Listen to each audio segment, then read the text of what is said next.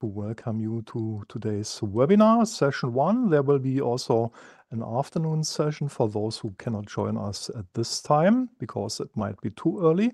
So we welcome everybody in our time zone here in Europe. We welcome everybody in the more Far East time zones. Thank you for joining this webinar.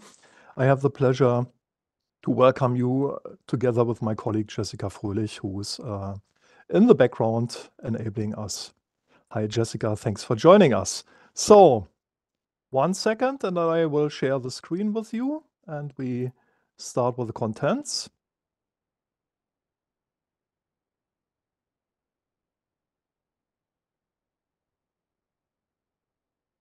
Today's webinar is about the determination of the particle size distribution of aluminum oxide by using the LUMiReader PSA. There will be a brief introduction of the company LUM, if you're not yet familiar with our company. Few words on the specifics of aluminum oxide and the possibilities our company offers you with analytical instruments to characterize this very nice material. Few words about step technology, which forms the basis for characterization of the particle properties and not only the particle properties. And then, of course, there will be an example for the size distribution determination of alumina. And, of course, there will be a summary and an outlook. This webinar has been prepared by my colleague Franz Kamutzki. Myself, I am Al2O3. I have the pleasure to guide you through this presentation. Few words about the company LUM. LUM has been established in 1994 and is featuring increasing commercial success since 1998, when the first so-called stability analyzer LUMIFUGE was sold to a pharmaceutical company, and LUM has entered the market of analytical instruments for particle and dispersion characterization. Later, we extended also the portfolio to materials testing. It started in 2 rooms of this very large building. Such kind of a business incubator is familiar to those who set up a startup company. Now we count about 50 people working for LUM in our own premises in the same area. We are located in southeast of Berlin in the Science and Technology and Media Park, Berlin-Adlershof. LUM has been grown since the first days, not only in terms of people, but also LUM has founded 4 own subsidiaries, and of course we collaborate with sales and service partners all around the world. Quality is of course in our DNA, like one of my colleagues would like to say. We are currently certified according to ISO 9001-2015 and regularly have repeated evaluation.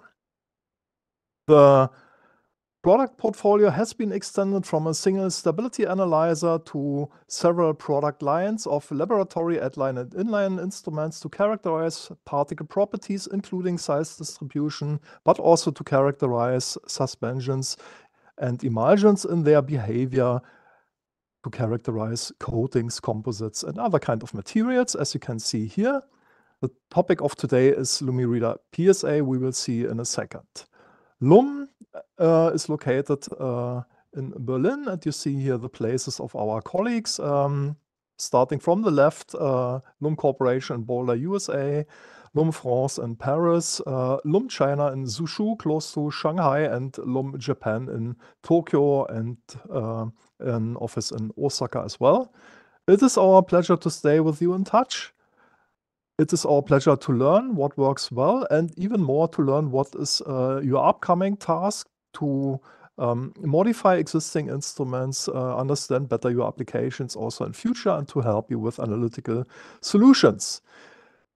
We like to network not only between we as producer company and yourselves as users, but also have the chance to interact and allow you to interact with other users. That's why we have our own international user conference, and the next one will take place in June 2024. You will find information on our website and on the conference website and in the end of this presentation. Since we cannot do daily conferences, of course, we like to share information and would like to motivate you to share your information also online. That's why we recommend to sign up for free on www.dispersion-letters.com. There's also information available about the previous conferences, and we put there the abstracts of the upcoming speakers for June 2024. Aluminum oxide and the LUM characterization methods. So aluminum oxide is also called an all-rounder. It has a mineral name like corundum. Some call it sapphire. There's also ruby as an aluminum oxide mineral. Technically, we talk about alumina. And some web sources say it is the most commonly used ceramic material. We have here some figures of the year 2015. 118 million tons have been produced in this year, so that's quite impressive, and it shows, okay, if we use such kind of a material in such a large way, we also need to understand why we use it, how we can improve its use, how we can understand in detail properties, including particle properties. Alumina is employed in a variety of applications. It has specific mechanical and chemical resistance properties, and for that purpose, it is used in, for example, anti-corrosion layers as a polishing agent, also in the human body as endoprosthetics. For example, there are specific thermal properties of alumina, making its use in refractory metals as well as in heating elements. Electrical properties guide to the use of alumina in the field of insulators, for example. And so why do we need to understand particle size and particle size distribution? Yeah, because the size influences several behavior of the material. When we talk about powders and the resulting dispersions, we talk about the proper abilities. Can I disperse it in a right way? Do I have to expect some challenges when dispersing? So the dispersibility behavior is also influenced by the size distribution, as the rheology of a dispersion will be the separation stability. Functional properties will depend on the size distribution, like the dielectric properties, for example. And of course, in terms of safety, when it's not possible to avoid the use of powder, then we have several safety issues to consider. And of course, here the question is, will it be a very fine powder of very, very small particles, or will it be rather a dust of very large particles? There are several potential applications for the LUM analyzers, starting, sorry, there's still one wrong formula in this slide here. It shall be Al2O3 powder, of course. We have instruments to characterize single particle information. We have instruments to characterize the dispersed aluminum oxide in suspensions and slurries. And here we put the focus specifically onto LUMiReader PSA today. Here we have the keywords colloidal state, dispersibility, and what we are talking about today is particle size distribution. You may imagine you want to get up a very fine aluminum oxide, and you, for example, have a milling of dry powders, and then you disperse it, and it's important to see if there are aggregates or if there are no aggregates, for example. And last but not least, we have also an analytical instrument based on a centrifugal tensile testing technique, which is to characterize coatings containing alumina. And LUMiReader PSA, as highlighted here, is used for the characterization of size distribution. This is based on the well-known patented LUM technology. It is perfectly abbreviated in English by the word STEP, space and time resolved measurement of extinction profiles. Easy to understand what is happening. I've got in the center a sample. I've got on the one side position to the sample a radiation source. Could be light, Could be visible light, could be invisible light, could be even X radiation. And on the other side of the sample, I've positioned the suitable sensor. This technology, space and time resolved, means we have from top to bottom of the sample sending the irradiation at predefined time intervals, and at the same time we record how much light is passing through this sample, and this allows us to get the so-called concentration profiles to understand, is it a homogeneous sample, is it inhomogeneous, and very important, how does it change with time. In the LUMiReader PSA, we have in particular 3 different wavelengths for different sample characteristics available. We measure always 3. Later we can decide if we need all information for analysis or just a selection. And here we can see in an upcoming video how does it work. We have our sample filled into a sample cell. You see to the left a section of the instrument where we place the sample in. We have the sample as a picture to the right. On the one side, right from the sample, we will see in a second some flashes. This indicates the irradiation of the sample with a light of 3 different wavelengths. We talk about invisible near and red light, 870 nanometers. We talk about red light, 600 something nanometers, and we talk about blue light, 410 nanometers.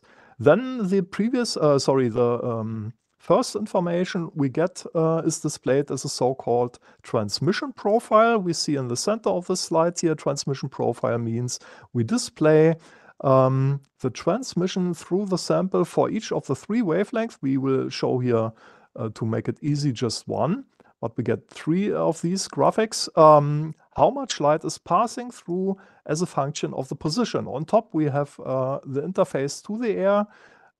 At the bottom down of the sample cell, we have the information where the sample cell ends. And the sample is positioned in the upright position into this instrument. And as we then can see, light is flashing. And if particles are settling down, if alumina particles are sedimenting due to the density difference to the liquid continuous phase, we will get such a nice set of transmission profiles. In the beginning, it was a constant signal. The transmission was identical, independent of the height, independent of the position, because the concentration of the particles was constant along the sample cell. And now when there's a sedimentation, the particles will settle down, will go to the bottom, the same as we can see by naked eye once we put it into a glass container and just have enough time to watch this. And we see that the transmission is increasing starting at the filling height, and the transmission is decreasing at the cell bottom because the sediment is formed. And by directly recording the kinetics from top to bottom simultaneously, we can characterize such easy, relatively easy material like aluminum oxide, but we can also see if there are other particles influencing the change of transmission. Sometimes in more complex systems, we would see even other effects. And the shape of the transmission profiles also allows us to understand if it's a polydispersed sedimentation or if it's a zone sedimentation. Particles could be flocculated if this is a stabilizing concept. And many more information can be read out from the transmission profiles. In our case here, we have seen a polydispersed sedimentation. So the different aluminum oxide particles are sedimenting based on their individual density difference and their individual particle size. So what do we do? What make we use of? Well, we have a couple of hundred years ago, Mr. Stokes describing particle migration at gravity. So the Stokes formula to the left shows us if particles undergo a change in height, h, in a certain time. This can also be understood as a velocity, and this will depend on the density difference of the particle density minus liquid continuous phase density. X to the square indicates here the particle size. G for gravity, and then we have the dynamic viscosity of the pure liquid continuous phase also influencing that. On the other hand, we have the detection of the particle concentration, and we need to know where the particles are. So we make use of Lambert-Beer's law, telling us, okay, the extinction consists of material properties, extinction coefficient, or later also influenced by the refractive index, the particle concentration, and D, the optical wavelength. And correspondingly, we get for different samples, different kind of transmission profiles. And with easy clicks in the software, we might get to the particle velocity distribution as a first kind of distribution, even for unknown material. And with incorporating materials data into the Stokes formula, we then get to the particle size distribution or particle density distribution. For other applications, which are not topic of today, we have access to the direct separation kinetics and its parameters. For the sample in the original concentration, we can display this as a graphics. We can display this as a key number for each sample. Typically in QC, we don't want to see graphics. We want to have one key number for one product. So this is also possible. Here we can see the instrument to the left with an external thermostat, which enables the operation of the instrument between +4 and +80 Celsius. For particle sizing, typically we operate at room temperature, but for other applications, we might want to see the influence of temperature. Of course, we can also not only follow the particle size distribution at the time of measurement, but also its change under several conditions. So by cooling down or by heating up, we might influence particle growth or particle reduction in size, and this also can be followed via the optical information. To the right, we see a large variety of sample cells. According to the visual properties of the sample, we can select the proper sample cell for the LUMiReader PSA, and even in some applications, we have the chance to customize sample cells. Step technology for real-time analysis in this instrument. We have the multi-wavelength access. That means we measure 3 wavelengths at the same time, and that is also unique feature, enables us to determine volume-weighted particle size distribution without the knowledge of the refractive index. If you find this very interesting, I recommend to you to read dispersion letters. In the dispersion letters, you will find the theoretical background and practical examples.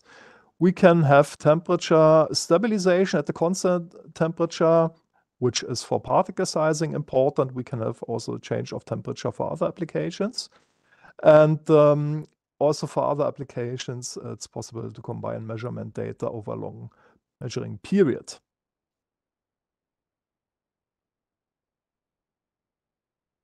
Two examples. First example, fine alumina powder.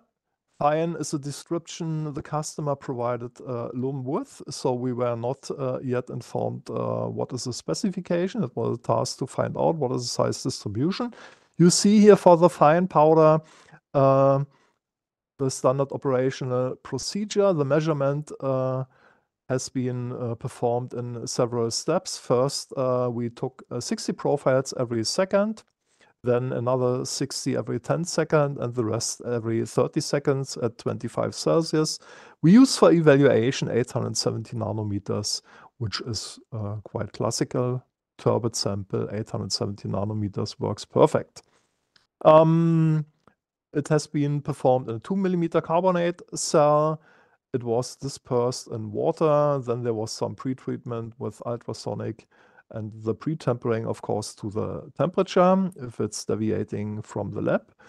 And yeah, filling is very easy. Every user knows our handling videos are provided with the software. Just take the sample and place it into the sample cell, put it into the instrument and start the measurement. You see here the transmission profiles in a time replay mode. We start at the constant value, constant for the complete height of the sample, and you see then the polydisperse sedimentation. First profiles red, later they get green, and the very last, the most current profile is light green. So it is fully separated sample. The picture left to the moving transmission profiles is just to indicate again in principle how it is performed. And with a fully separated sample, you have access to all particles and their size distribution based on the different velocities. Here you can see again the filling height marking the cell bottom and the direction of the polydispersed sedimentation. Another sample, which was labeled coarse alumina powder, had a slightly different standard operational procedure, 60 profiles every second, another 60 every 10 seconds, and then another every 30 seconds. Again, 25 Celsius and near-infrared wavelength. Same kind of cell. Here in sample preparation, we made use again of Stokes' law to have a higher resolution, which is provided by the instrument. We also wanted to discriminate the very fast, the coarse fractions. So that's why the alumina powder was dispersed in glucose. 80% glucose you can get from the textbook, all necessary density and resulting density and viscosity data for the glucose. And you, so to say, decelerate a little bit the separation compared to plain water, allowing also to discriminate the very fast particles. And the rest was similar to the other sample. And here you see again the moving transmission profiles, same kind of separation. Again, it is a polydisperse sedimentation. At the filling height on top of the sample, we see the increase of transmission with time, and later on the clear phase is increasing and all of the coarse particles are going to sediment.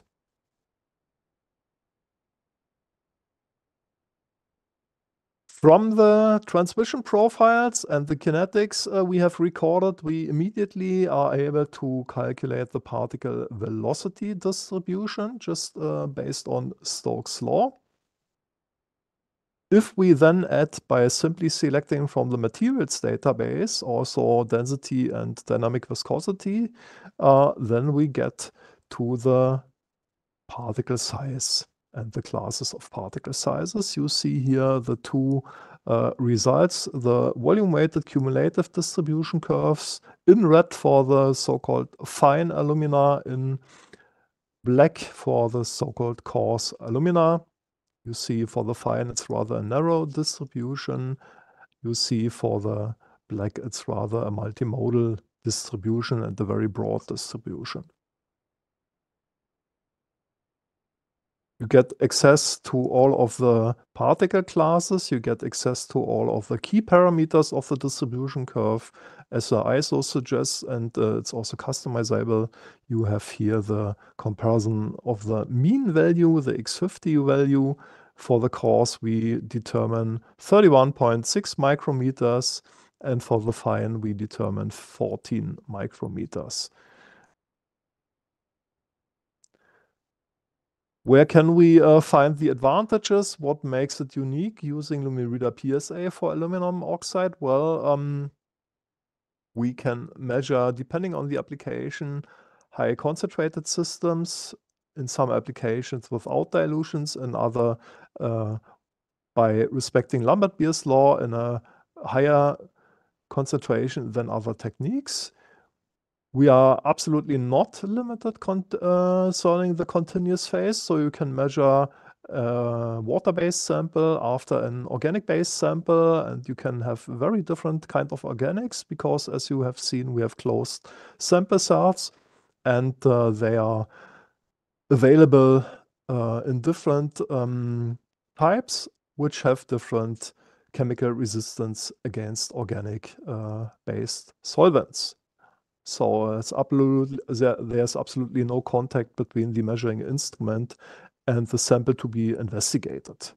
We have a higher resolution for the polydispersed systems because we measure directly the sedimentation velocity, and that makes it also unique once we have particle size fractions which are very close to each other. And of course, we have the same measuring system and technology and theory for smaller nanometer-based up to micrometer-based particles. So in the world of alumina oxide, I was able only to show you one example today for an important feature, for an important characteristics, the particle size distribution of alumina. It will be detected in the LUMiReader PSA according to ISO 13317. If they are nanometer particles only, then the LUMISIZER could be applicable. It's then the other ISO. We can characterize alumina oxide in some applications even in dry state. That's not our main business, but it's possible. We typically characterize it in suspension or as a slurry. In terms of separation, stability testing, also dispersibility behavior, the combination of several instruments gives you the best access. If we talk about the Hansen parameter concept, then you have a very good opportunity to characterize the dispersibility, determine the Hansen parameters. Particle density, as I said, is also obtained by first measuring sedimentation velocity distribution. Here we have another ISO applicable. And last but not least, when you are not using the slurry, not using the powder, but if aluminum oxide is occurring in the coatings you are dealing with, we have centrifugal adhesion testing of coatings in one of our instruments. Please feel free to search for free on our website for published applications, technical information, and details. You will find this in the sector publications literature database on the LUM website. You're welcome to join dispersion letters. You're welcome to read to study and watch the webinars, which are available also on dispersion letters. And myself and the entire LUM team is welcoming any question from you, also for other kind of material, of course, at support@lum-gmbh.de.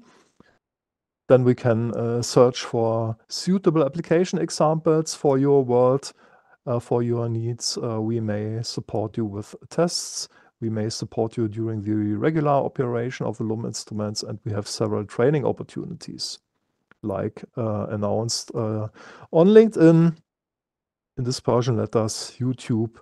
And for those speaking German language, it should be 2024. Sorry for that. We got the wrong draft from the partner. We have in May 2024 another German-speaking seminar, Rheology and Stability of Dispersed Systems. And as I mentioned, in June 2024, we are going to welcome you in Berlin to the International Conference for Dispersion Analysis and Materials Testing. 2 days conference. If you like to stay longer, if you want to get in touch with LUM experts and follow one specific topic out of 5 specific topics, then we offer you the chance to attend the short course. That's a small group meeting, entire day, practical work with applicable LUM instruments concerning one application question.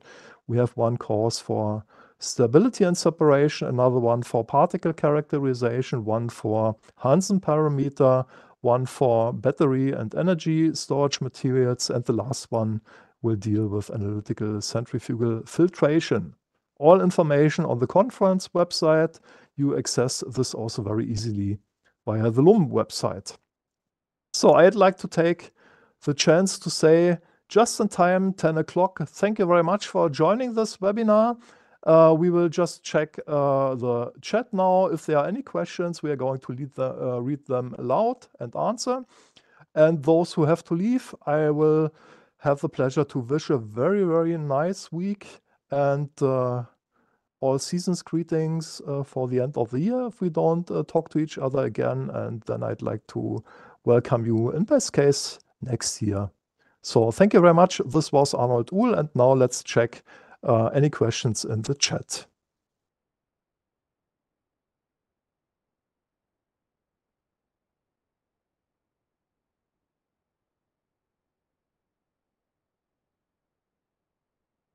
So yeah, I got some questions and comments. Let's start from the beginning. Does a LUMiReader still work for highly concentrated, higher than 50 volume% alumina slurries? Yes, it works for highly concentrated slurries. We have only to distinguish two main directions of application. Slurries higher than 50 volume% alumina means, yes, separation characterization, dispersibility characterization. All this will be done in the original concentration. Just fill in the sample, if necessary, pre-temper and then measure. If we talk about particle size distribution of individual particle fractions in such a high concentrated system, we might want to understand we cannot cheat Lambert-Beer's law. We need to be in the linear range of Lambert-Beer's law. In that case, it simply means we have to check where is the initial transmission, the initial extinction. If the initial extinction is between 0 and 1, for higher than 50%, I guess it will be higher than 1. Then we need a certain slight dilution to get into the linear range of Lambert-Beer, and then we can also do particle sizing for that.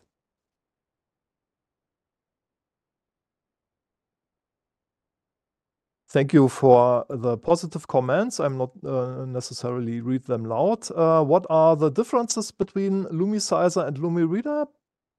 Well, both are complementary instruments. The LUMiReader PSA presented today is for rather the large particles. If we talk about particle size distribution, we talk here about the micrometer range, particles which settle down just due to gravity in an acceptable time. If we reduce particle size, or if we have products, samples with a particle size, let's say below 100 micrometers, and we have a so-called stable separation, stable products, typically we will not see particles settling down if we get down even to the two-digit particle size numbers, 20 nanometers, 50 nanometers, something like this. Those particles are not settling just by gravity.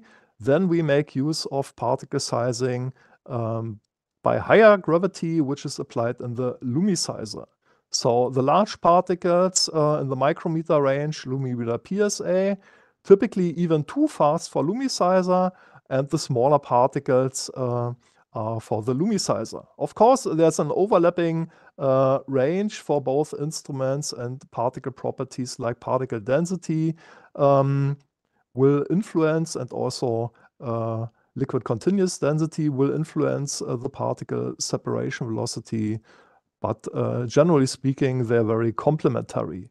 When we talk about the Hansen parameter concept, we have the so-called very poor solvents and poor liquids to be characterized then by LUMiReader PSA, and the very good samples where the particles stay very, very well dispersed to be characterized in the LUMiSizer. In terms of the so-called separation stability, LUMiReader PSA is for real-time testing. If you want to just follow in an analytical way what happens under gravity, it's perfect in LUMiReader PSA. If you want to accelerate separation stability testing, please use LUMiSizer.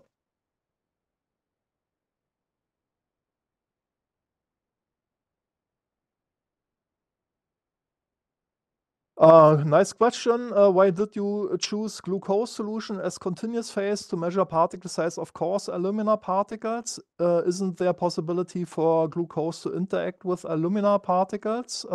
So two questions. First, why did we choose glucose? Because even if we have a very, very short transition time from filling into the cell, going into the instrument and starting the measurement at LUMiReader PSA, We have seen by pretest that the coarse particles were settling like stones, so to say. So we have had the need to increase the viscosity of the liquid continuous phase. And by talking to the provider of the samples, by talking to our customer, he said, okay, it's allowed to use glucose. We don't see any interaction between the alumina particles and the glucose. And glucose is, on the one hand, a cheap chemical agent. On the other hand, there is a nice textbook available where you find for a certain concentration what is the precise density of this glucose solution and what is the precise viscosity of this glucose solution at the corresponding measuring temperature. So that is why whenever possible and in agreement with the customer, we suggest to use glucose. There are also chemical agents, so-called heavy liquids, which also have a defined density and a defined viscosity, which can be sometimes used instead of glucose if it's necessary to slow down the separation of very, very large particles which are settling without deceleration too fast. And yes, you are right. One needs to check if there is a chemical interaction if we use any liquid continuous phase with or without dissolved other agents and the particles. Another one, an existing customer, glad to hear that you measure aluminum oxide particle size distribution with a LUMiReader because it's better for particles below 150 nanometer. Well, that's right. 150 nanometer is fine enough, so to say. I may imagine typically you will not see in a very short time that these samples are going to separate under gravity. So the LUMiReader is here the straightforward way for 150 nanometer particles to accelerate the separation and to get a quick result. Depending on the stabilization concept, you might want to have these 150 nanometer particles well dispersed. So real-time testing at gravity only will not help you in this way. So please continue with the LUMiReader. In case one time you have some particles which are too fast for the LUMiReader, just let us know and we can support you with the LUMiReader and correspondingly you will have also access to these samples. There was one last question, as I can see here in the chat, about temporary use of the instrument. Yeah, that is possible. Of course, any kind of instrument in such context is some kind of an investment. And of course, you may test the instrument also at your place with your samples. We call this rental of instruments. And some of us have maybe only part-time projects when this becomes a topic, don't want or may not invest in the instrument forever. So yes, you can have temporarily a LUMiReader PSA at your place to solve your application questions. There are no more questions. I'd like to thank everybody again. It was a pleasure talking to you. Have a very good Monday, have a very good week, and have a very good end of the year. See you at the latest, hopefully in June 2024. Thank you to Jessica in the background. My name is Al2O3, and have a good day. Bye-bye.